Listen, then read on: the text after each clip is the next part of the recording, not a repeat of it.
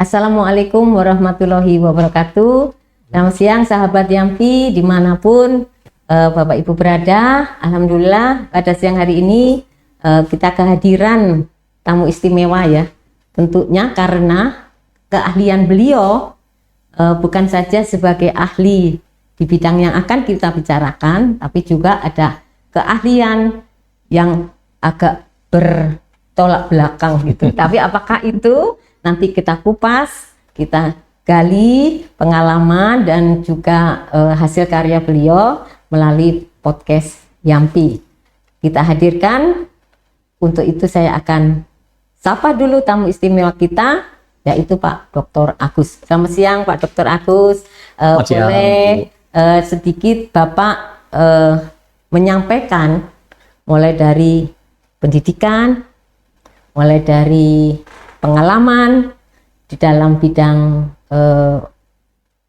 profesi ya, baru nanti saya akan nanya semuanya itu. Ya, silakan Pak Agus. Ya, terima kasih sahabat Yampi ya. Salam kenal, nama saya Agus Soma Miharja. Tapi sekarang dikenal Agus Koro, Bu. Oh, Agus Koro, ya. Agus Tempe Koro. Ya. Dulu saya dikenal Agus Udang. Oh, Agus karena Udang. saya orang perikanan dan cukup lama menggeluti udang dari awal. Ya. Awal adanya udang ke Indonesia tahun 1980-an ya. Gitu saya masih kuliah udah ngurusin udang. Terus sekarang tiba-tiba ngurusin kacang koro. Nah, ini cukup menarik kan ya Pak ya? Iya, banyak itu yang jauh, tanya Pak. ya. Jauh sekali. Yang itu di mana kacang koro? Tapi oke ya. Justru itu yang menarik dalam perbincangan. Jadi saya dikenal Agus Koro sekarang. Mungkin pendidikan Bapak dari mana? Iya, saya alumni IPB jurusan perikanan. Budidaya. Kemudian saya lulus tahun 88 ya, seangkatan 20 tahun 83 masuknya. Kemudian kerja di lapangan, ngurusin pembenihan udang. Kemudian saya ambil S2 lagi di IPB juga, masih juga manajemen. Di zaman dulu ada, sekarang jadi sekolah bisnis ya. Kalau dulu MMA, Magister Manajemen Agribisnis. Saya lulus tahun 99. Kemudian setelah kerja juga di udang, saya dapat kesempatan ke luar negeri, bekerja di perusahaan asing, tinggal 6 tahun di Bangkok, di Thailand. Untuk wilayah Asia, negara-negara di mana saya bekerja itu yang semuanya ada pantai, karena urusannya masih udang. Dari India, pesisir India, Bangladesh, Myanmar sampai ke Cina, itu saya sudah cukup kenyang lah. Tinggal di Bangkok. 2 tahun kerja, kemudian saya pikir udah cukup.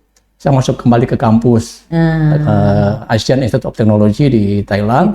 Ngambil S3 juga masih perikanan. Jadi saya dalamin waktu itu saya selalu solving problem ya. Jadi waktu itu masalah yang ada di aquaculture, khususnya marine fish, ikan-ikan laut, itu adalah masalah pertama kali ikan-ikan laut itu menetas, ukuran mulutnya kecil sekali. Ikannya besar, kakap, kerapu besar. Tapi begitu netas, di telurnya jutaan itu, kalau nggak ketemu dengan makanan yang pas gitu, pas dengan mulutnya, dia nggak bisa hidup. Nah, jadi itu challenge-nya, dan saya melakukan penelitian di situ, dan kembali ke Indonesia, urusin aquaculture lagi. Dari udang, pembenihan segala macam, kerjanya cukup deh untuk aquaculture. Nah, satu saat saya kerja di perusahaan cukup besar juga di Indonesia. Tapi kan sudah cukup sekarang untuk perusahaan. Saya tinggal bagaimana nih saya ke masyarakat nih. Terjun juga masih di perikanan. Tapi lihat, ada panggilan koro. Nah, ini yang menarik Pak. Ujuk-ujuk gitu, tiba-tiba akhirnya ada pemikiran ke kacang koro. Ini pasti ada latar belakang yang mendorong Bapak untuk ini perlu diperhatikan. Nah, ini apa yang mendorong ini? Ini pertanyaan menarik dan saya selalu jawabannya sama. Jadi setelah saya mundur dari perusahaan yang bergerak di aquaculture, saya dapat kesempatan untuk kerja dengan beberapa lembaga yang cukup terhormat ya. Jadi saya sempat jadi salah satu anggota teknisnya ya di CEIN, Community Ekonomi Industri Nasional, di mana saya diminta untuk membawahi waktu itu perikanan, kelautan dan pertanian, dan peternakan. Nah, zaman periode Pak Jokowi yang pertama, di situ saya sering ke pelosok-pelosok, urusannya ikan dan peternakan sih. Tapi kemana saya pergi, daerah-daerah yang terisolir begitu jauh, banyak ikan di situ, di Papua misalnya ya, orang masih makan tempe. Makan tempe, jadi tempe itu udah kemana-mana, jadi makanan pokok kan. Kemana-mana, saya ke Papua, ke Nusa Tenggara Timur, Kalimantan, mereka pasti makan tempe. Udah itu jadi catatan saya aja. Kemudian saya sempat diminta jadi salah satu anggota Komisi Teknis Pangan dan Pertanian di Dewan Riset Nasional sebelum BRIN. Nah itu kan hanya beberapa timnya, hanya beberapa anggota saja, dan 7 orang kalau tidak salah. Saya salah satunya anggota Komisi Teknis Pangan dan Pertanian. Nah di situ saya pelajari kan, baca, lihat data segala macam. Wah, ini sebenarnya kita ini banyak masalah, gitu. Kita seolah-olah lucu bagi saya ketika melihat semua orang kita makan tempe. Saya lihat produksinya kedelai kita rendah sekali, sementara rakyat merasa makan tempe adalah makanan pokok dan seperti itu makanan kita gitu. Saya pelajari impornya ternyata mencengangkan gitu. Oh, impor kita ya bisa 2,5 sampai 2,7 juta ton satu tahun. Nah sekarang saya lihat kita hanya produksi sekitar 300.000 ton belakangan kurang lebih. Terus dari mana itu? Ya impor semua. Loh kita kok nggak sadar kita makan tempe, itu impor semua. Nah kemudian ketika saya mulai tertarik ke situ, kadang-kadang lihat di koran, di media ada demo pengrajin tempe. Demo karena apa? Tiba-tiba harga kedelai naik dari 6.000 jadi 8.500. 1 tahun kemudian demo lagi 8.500 sampai 12.000, 13.000. Tapi ini nggak benar. Pasti ada sesuatu yang harus kita betulin. Nah, setelah Dewan Riset Nasional beralih ke BRIN, saya kan bukan dari lembaga, ada institusi yang memang tadinya seperti teman-teman yang lain, dari LIPI, dari university. Saya kan kembali lagi. Nah, ketika kembali lagi, saya bilang saya harus teruskan ini karena ini permasalahan. Gitu. Itu baru satu dari kedelai, belum lagi dari terigu. Kita impor terigu tuh 10 juta sampai 11 juta ton 1 tahun. Terigu dari gandum. Gandum tuh nggak tumbuh di sini. Ini ada yang salah lagi. Harus dikembalikan ini. Kalau enggak, selamanya kita akan menjadi bangsa yang tergantung dari makanan pokok saja. Harus tergantung dari negara lain. Ini ada yang salah gitu. Nah, saya coba cari info ke sana kemari. Akhirnya saya pikir ya udahlah saya yang bergerak sini. Ya itulah mengapa tiba-tiba udang saya selesaikan. Apakah salah satu dari pembuatan tempe tahu itu harus kacang koro? Maksud saya apakah ada jenis kacang-kacang lain? Ini histori ya Bu ya. Jadi ceritanya ini juga banyak pertanyaan seperti ini. Kenapa koro katanya?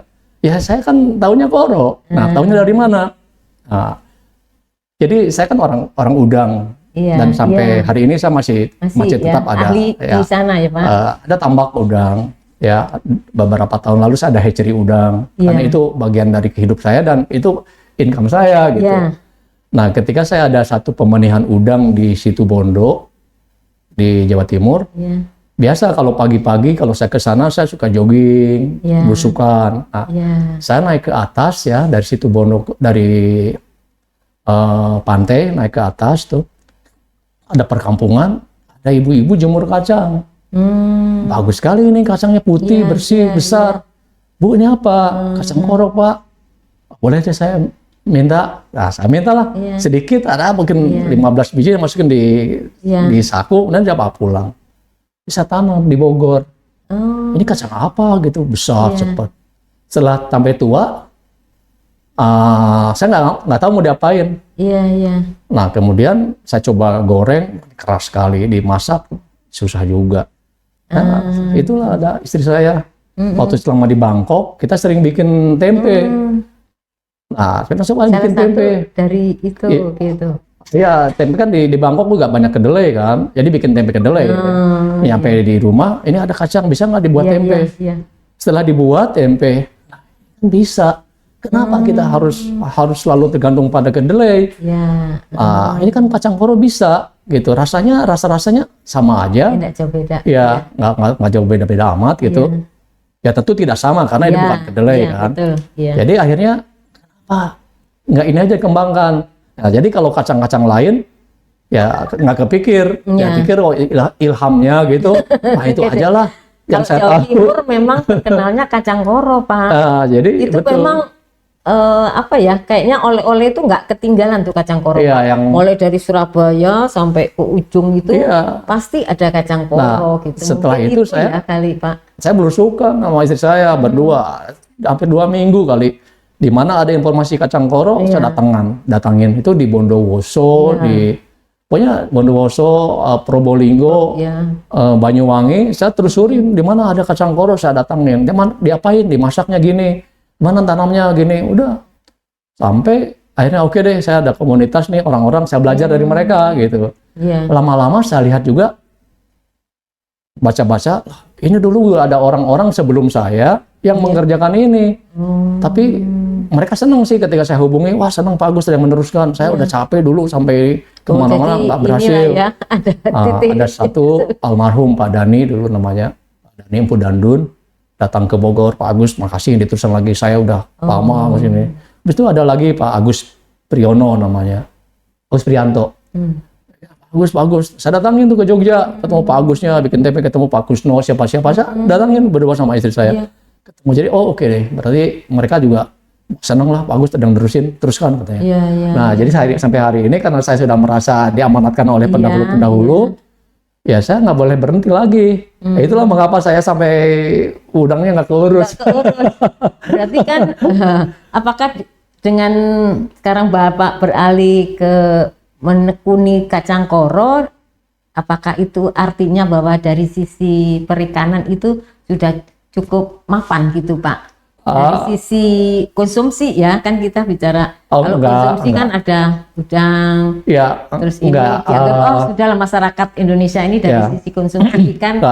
Sebenarnya challenge-nya masih banyak di udang juga, apalagi banyak ya belakangan kan masalah lingkungan, masalah apa. Saya masih tetap ikutin, hanya saya pikir di udang kan sudah banyak orang yang ngurusin. Sekarang industrinya juga mapan. Asosiasinya juga aktif, kuat, mereka terus, kami masih komunikasi. Saya salah satu pendiri di forum Udang Indonesia, masih aktif juga, ya. Cuman kan itu udah banyak lah orang-orang, jadi saya bilang udah itu jalan aja, saya musim koro dulu. Artinya gitu. Itu udah didelegasikan gitu ya Pak, biar ini udah jalan, biar jalan yang ini belum ada ya kalau orang-orang tanya, orang-orang teman saya pertanian kan, orang pertanian, kok kamu ngurusin koro dari mana? Ya terus kamu yang orang pertanian kenapa nggak ngurusin? Ya kalau kamu ada ngurusin, saya nggak ngurusin ini gitu. Kayak guyonnya gitu aja. Lah, saya cari orang pertanian, orang tanah, orang mana nggak ada yang ngurusin, ya udah saya ngurusin dulu.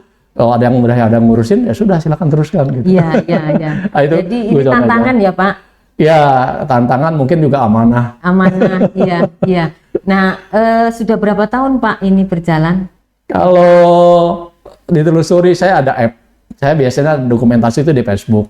Orang-orang tua zaman kita ini kan nggak ada Instagram dulu ya.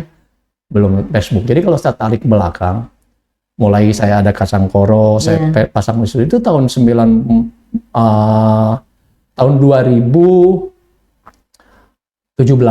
Oh, 2018 itu ya sudah mulai. Waktu di situ Bondo ada pembenahan udang tuh 2017. Nah, saya mulai di situ nanam. Terus lihat buat tempe pertama itu kayaknya di Facebook ada 2018 tuh pertama tempenya ini. Persis seperti ini. Nah, ini buat ininya saya yang buat sendiri. Jadi ini produksi. Pak, iya, jadi dari logo ini sederhana sekali. Kata anak-anak sekarang ada artinya nggak Pak ini? Ya, ini Canapalia ya. Carnappalia itu ya nama Latin dari koro pedang. Dari kacang koro. Nah, Carnappalia ensiformis nih yang putih ini. Yeah. Terus di sini inovasi leluhur warisan Nusantara. Iya. Jadi ini jenis tertentu ya Pak? Iya, jadi ini varietasnya itu. Kacang koro mah belum ada varietas. Oh, ya. Cuma satu Pak. Kan beda Pak, padi itu varietasnya ada. Ya, kalau di Indonesia ada dua. Iya. Carnappalia ensiformis yang putih sama Carnappalia gladiata yang merah. Nah, yang kita pakai yang putih. Nah, kalau di ini banyak Carnappalia macam-macam di luar negeri itu, di India juga ada, di beberapa daerah ada. Nah, kalau yang koro di Jawa namanya koro benguk, itu lain. Itu sebenarnya bukan Carnappalia, itu mukuna. Jadi jenisnya lain. Orang Jawa ini kacang-kacangan disebut kacang koro aja. Kelompoknya ada koro bedok, ada koro benguk, ada koro ireng, ada apa. Itu beda-beda ya. Jadi klasifikasinya saya belajar. Jadi ini awalnya Bapak satu ini aja. Iya. Ya, ini untuk promosi aja, promosi terus, pameran, ikutan, terus hanya untuk memperkenalkan. Lama-lama pikir saya harus mulai ke bisnis. Iya. Ya, ternyata juga bisnis tidak gampang ya, karena ini barang tidak masalahnya di petani juga jarang. Dulu pernah banyak, sekarang ini udah sulit lagi. Jadi kami sampai ke Lampung, ke Jambi, ke Riau, lihat dulu ada yang nanam. Sekarang karena saya mungkin tidak perhatikan lagi ke sana, itu mungkin masih ada kalau dikumpulkan lagi. Mungkin juga mereka sudah pikir nggak ada yang ngurusin lagi, jadi mungkin juga udah. Bagaimana Bapak akhirnya ingin mengembangkan? Nah, tentunya harus ada binaan dari Bapak ya, wilayah mana saja itu. Ya, akhirnya ketika tempenya jalan, mulai pelaku, kita tiba-tiba cari sumber bahan bakunya nggak ada. Nah, ya kan petani ini mereka sangat real ya, sangat realistik. Ketika ada yang beli ya tanam, nggak ada yang beli ya sudah. Nah, ketika saya mau mengembangkan itu kondisinya lagi turun, tidak ada lagi yang nanam, jarang lagi yang nanam. Ya terpaksa kami ke kampung-kampung, ke daerah-daerah, kasihkan bibit. Jadi yang awalnya dari Bondowoso itu. Situbondo, tanam di Bogor, kumpulkan, dibagi-bagi, ada yang jadi. Kemudian ketika butuh ya saya cari lagi benihnya dibagi. Jadi awalnya pembibitan sendiri ya Pak? Ya sebagian sendiri, sebagian beli, dibagi-bagi ke petani dengan harapan nanam. Nah cuman kan mereka juga namanya baru coba ya, nanam ya Pak saya tanam. Mana sekarang? Wah sedikit Pak gitu. Susah kan? Apakah ini bisa di lahan yang bergandengan dengan kedelai Pak? Justru ini tuh saya lihat ya di mana-mana, di literatur juga, kacang koro itu termasuk tanaman yang katakanlah bandel, tidak butuh banyak air. Di daerah-daerah yang marginal tuh hidup. Ya hanya butuh pada saat awal ditanam, itu mungkin sampai 1 bulan masih ada air. Setelah itu dia tumbuh di tempat yang kering malah tumbuh. Di Bogor yang hujan terus atau sekarang musim hujan terus, ya malah nggak bagus, busuk. Jadi tidak bisa tangkap tibit, tidak bisa akarnya itu terendam air. Jadi tanah yang cocok tanah yang gembur. Kering ya berarti ya. Kalau hujan tuh langsung serap gitu. Nah ini daerah tanah berpasir. Jadi berarti daerah-daerah gersang malah bagus ya? Ya, jadi sebenarnya saya tertariknya ini gitu. Untuk dikembangkan di daerah-daerah marginal, ya, yang kurang air, mungkin ditanam pada saat akhir-akhir musim hujan, tumbuh, itu biarkan. Ya, jadi untuk tumpang sari, untuk tambahan aja. Karena kalau khusus nanam koro pedang ini intensif, jadi monokultur gitu malah monokultur, jangan ya. Kalau menurut saya harga kan nggak boleh terlalu mahal. Kalau terlalu mahal, gantikan kedelai, mendingan beli kedelai aja Pak katanya. Kalau kacang koro masih mahal mah, buat apa gitu. Betul. Nah jadi ini harus murah, tapi karena harus murah tidak boleh intensif. Bisa sih kalau intensifnya betul-betul. Kalau petani nggak bisa lah. Kalau intensif kan pemodal. Pemodal bisa intensif ya.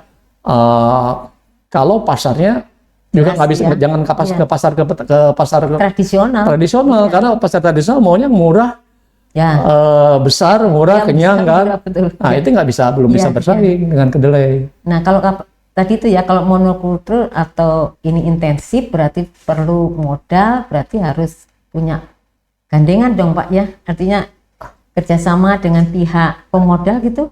Ya bisa, dan sekarang sih sebenarnya kalau teman-teman Yampi, sahabat Yampi ya, lihat kalau bisa lihat di sini, ini kan ada tempe, ada kecap, sebenarnya tepung, ada ini tepung.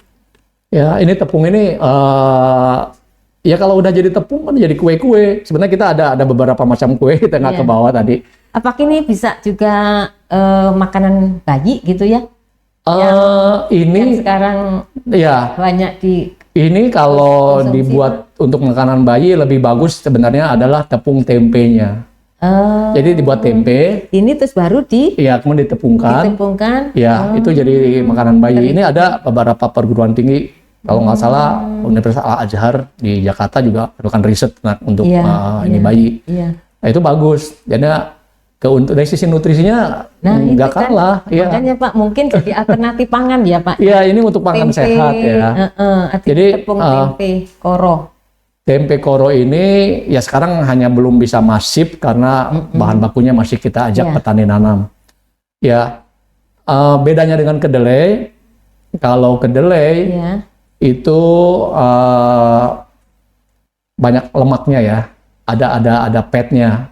Kalau ada fat lemak ya, ada minyak kedelai kan, kedelai.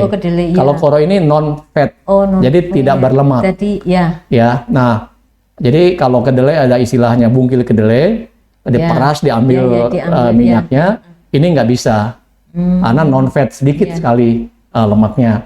Nah ini bedanya dengan kedelai juga, kalau proteinnya sedikit lebih rendah dari kedelai. Proteinnya lebih rendah. Iya, kalau kedelai itu proteinnya antara 28-32 ya.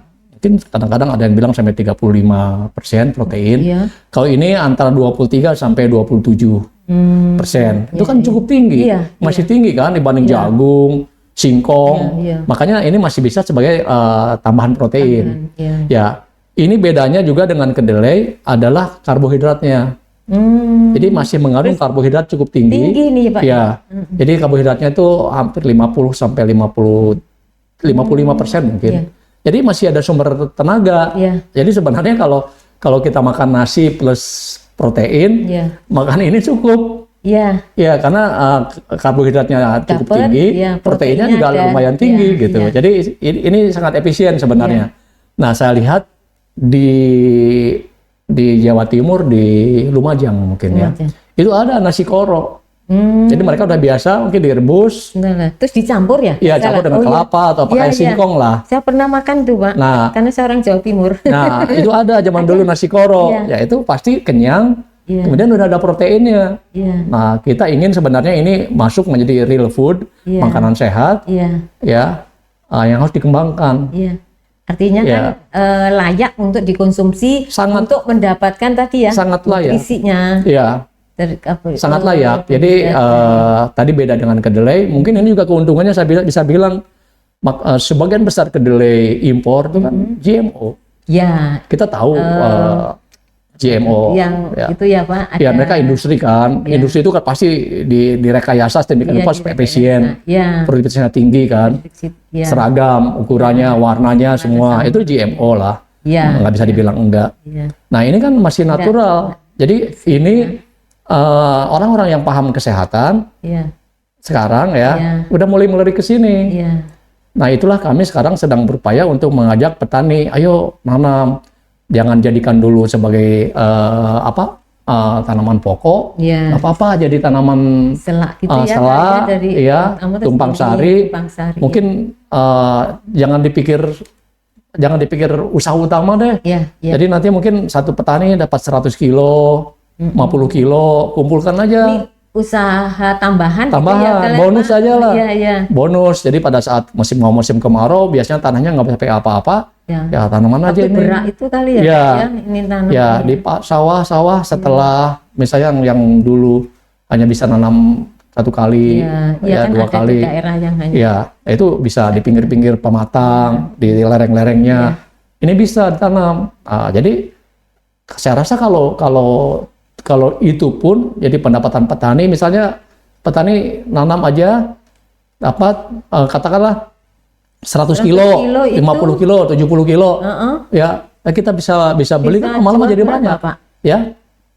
Berapa harga jualnya? Kalau kami sekarang ya di Bogor kita terima 7.000. 7.000. Ya, 7.000. Kenapa harus 7.000? Ya. Ya kita nanti kan petani kadang-kadang ya saya tahu lah petani kalau mau sortir repot Pak. Akhirnya ya kita datang ke kita. Ini semua kita terima ya, kecuali yang udah busuk sekali gitu. Ya udah nanti kita bagi-bagi gitu, yang nggak terima ya jadi pakan peneliti buat pakan ternak, pet ayam gitu. Jadi sementara ini petani ya saya terima aja lah meskipun tidak. Itu dari mana? Kami sekarang punya binaan itu satu di Sukabumi, di Surade, Sukabumi Selatan, ya.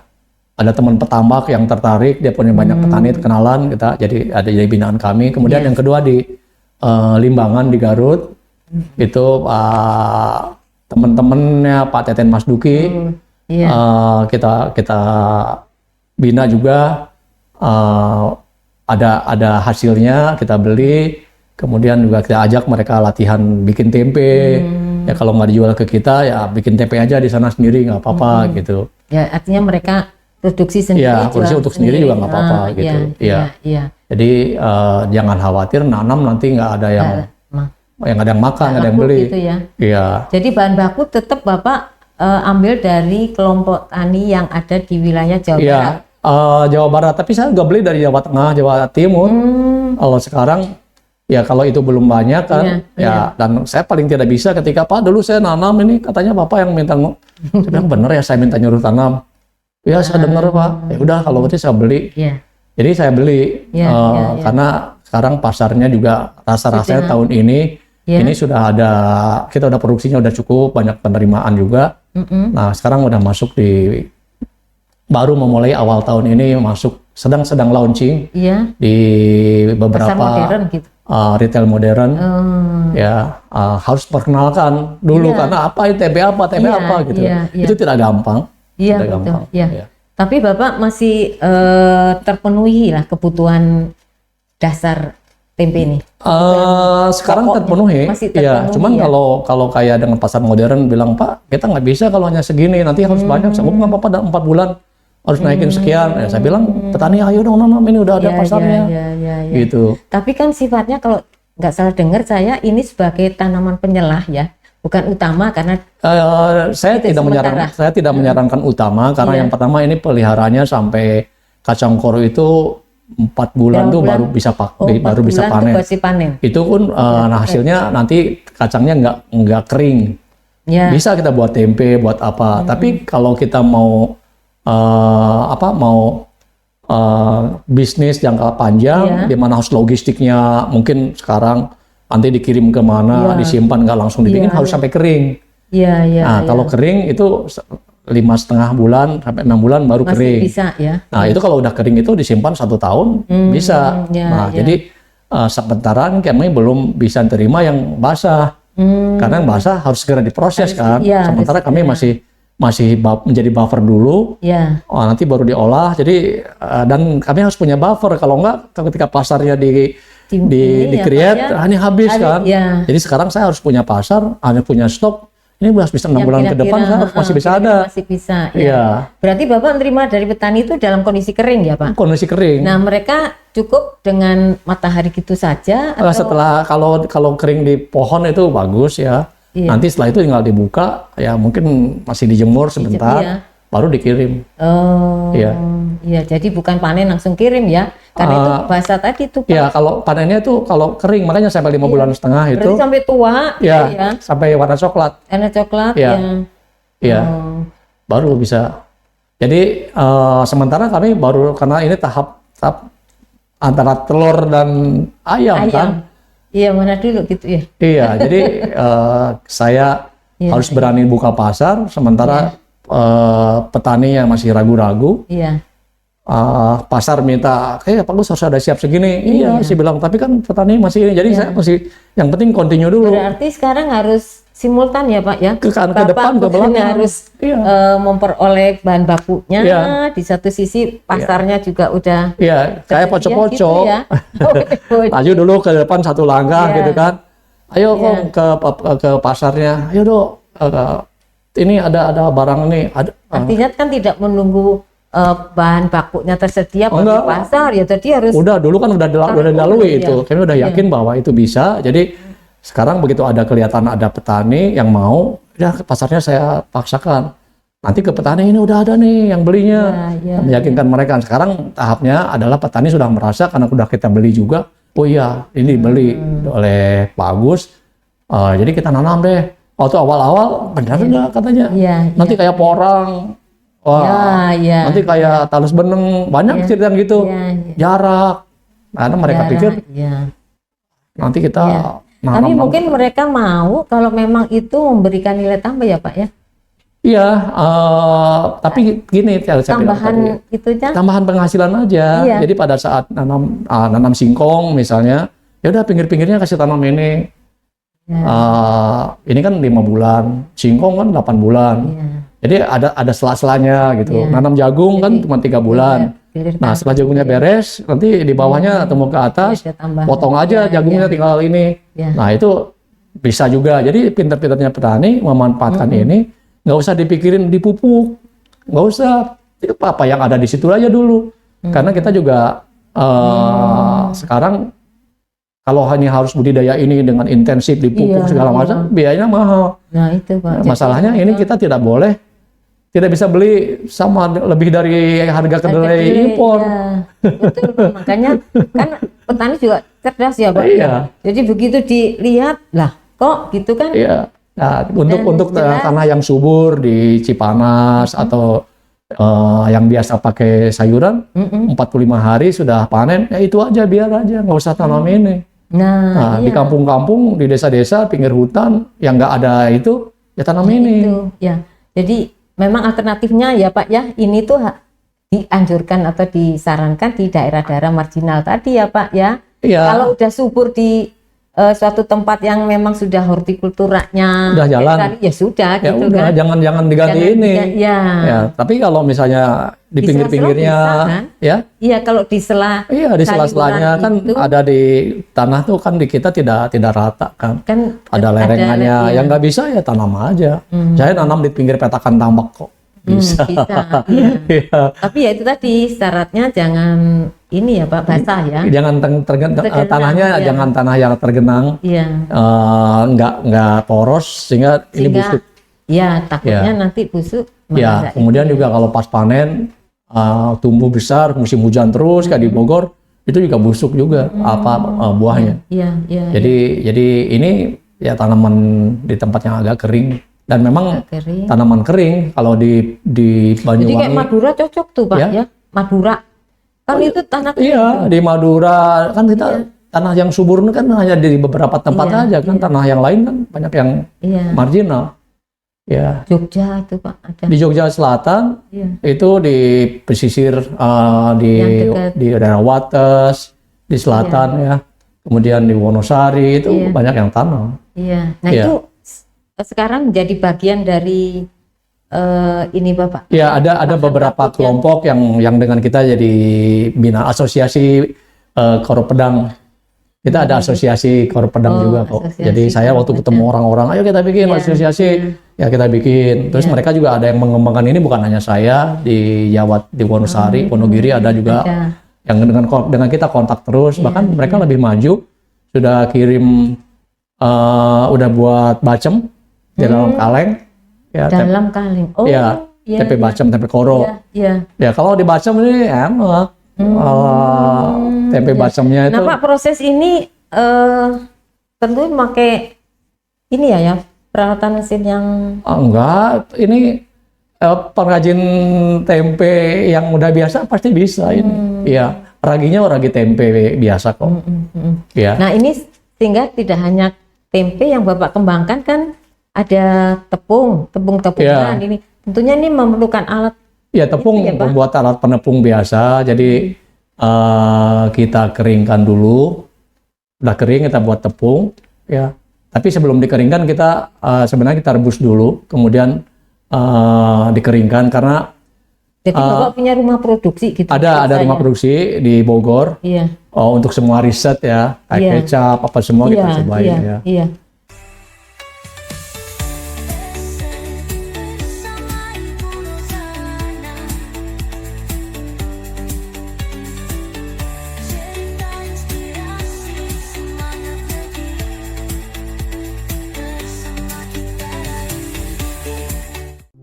Thank you.